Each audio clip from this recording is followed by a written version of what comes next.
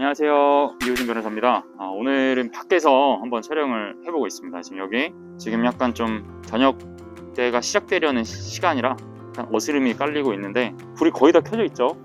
얼마나 지금 열심히 우리 판사님들께서 또 야근을 하시고 일을 하시는지 알 수가 있는 부분입니다.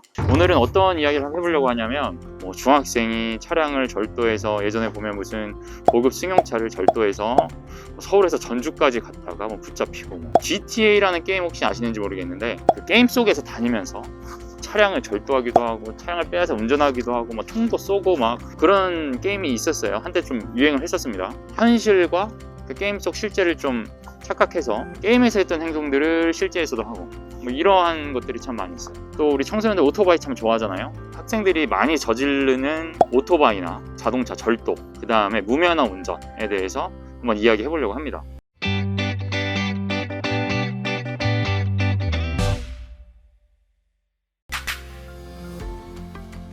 절도부터 말씀드릴게요.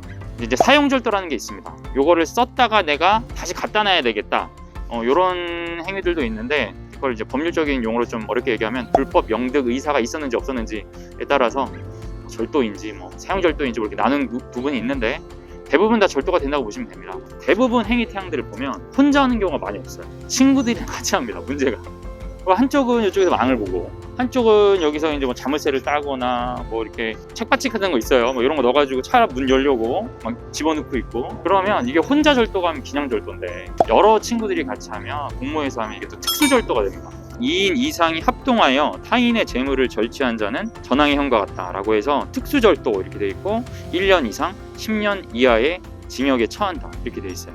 나는 망만 봤어요. 훔친 건 얘가 훔쳤어요. 나는 그러면 절도 아니지 않나요? 벌 안 받는 거 아닌가요? 이렇게 이야기할 수 있습니다. 근데 이제 어쨌든 이 친구들이 같이 공모해서 너는 망을 보고 나는 절도 행위를 한다라는 거를, 그 행위를 분담해서 이제 짜서 한 거잖아요. 그냥 절도의 공범이 되는 겁니다. 특수절도는 더 가발성이 크기 때문에 대부분 이제 청소년들이 그냥 단순한 절도라고 하면 소년 사건으로 회부돼서 소년 재판을 받고 끝나는 경우가 많이 있지만, 특수절도이거나 아니면 상습적으로 예전에도 이런 행동을 했었다고 하면 일반 형사 절차로 갈 확률이 굉장히 높습니다. 소년분류 심사원이라고, 어른들에 비하면 구속수사와 유사한 거예요. 그런 기관에 들어가서 있으면서 또 조사를 받아야 될 수도 있고요. 상당히 유의해야 한다. 그 다음에 이제 또 아이들이 많이 하는 게 무면허 운전입니다. 차를 훔쳐서 어디까지 놀러 갔다 왔다, 무면허죠 다. 그 다음에 오토바이 무면허 운전이 또 되게 많아요. 도로교통법 제152조를 보면 다음 각 호의 어느 하나에 해당하는 사람 1년 이하의 징역이나 300만 원 이하의 벌금에 처한다. 제43조를 위반하여 80조에 따른 운전면허 가로 열고 원동기 장치 자전거 면허는 제외한다. 오토바이를 원동기 장치 자전거라고 합니다. 근데 여기 보면 또 154조, 도로교통법 제154조와 그 2조 정의 규정을 함께 보면 자동차관리법 제3조에 따른 이륜 자동차 가운데 배기량 125cc 이하의 이륜 자동차를 원동기 장치 자전거라고 하고 있어요.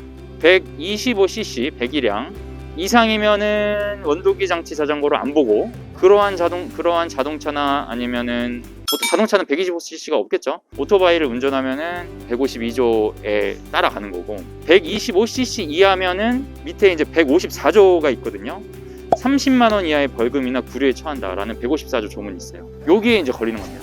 그러니까 훨씬 조금 낮아지긴 낮아지죠. 그러니까 일반 자동차를 무면허 운전한 사람과 125cc 이하 원동기 장치 자전거를 무면허 운전한 사람과, 이게 어쨌든 체급이 다르잖아요. 체급이 다르기 때문에 처벌의 강도도 좀 달라지는 거죠. 보통 그리고 또 절도행위랑 이게 같이 되거든요.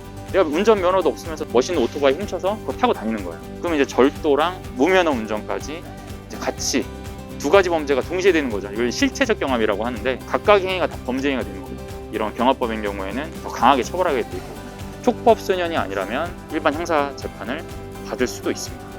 네, 오늘 이야기를 좀 정리를 하면, 아이들이 자동차나 오토바이 몰래 가져가는 거 당연히 절도입니다. 혼자 하는 경우보단 여러 친구들이 같이 하는 경우가 많다. 한 명은 망보고 한 명은 진짜 절취행위를 하고, 이제 특수절도가 되는 경우가 많다. 여럿이서 공동해서 하니까. 그 절도 행위와 더불어서 면허가 없이 운전을 한다라고 하면 125cc 이상은 강하게 처벌받고 125cc 이하는 벌금이나 구류 정도로 끝나지만, 대부분 1회에 그치지 않는 경우가 많아서 상당히 좀 주의를 해야 된다.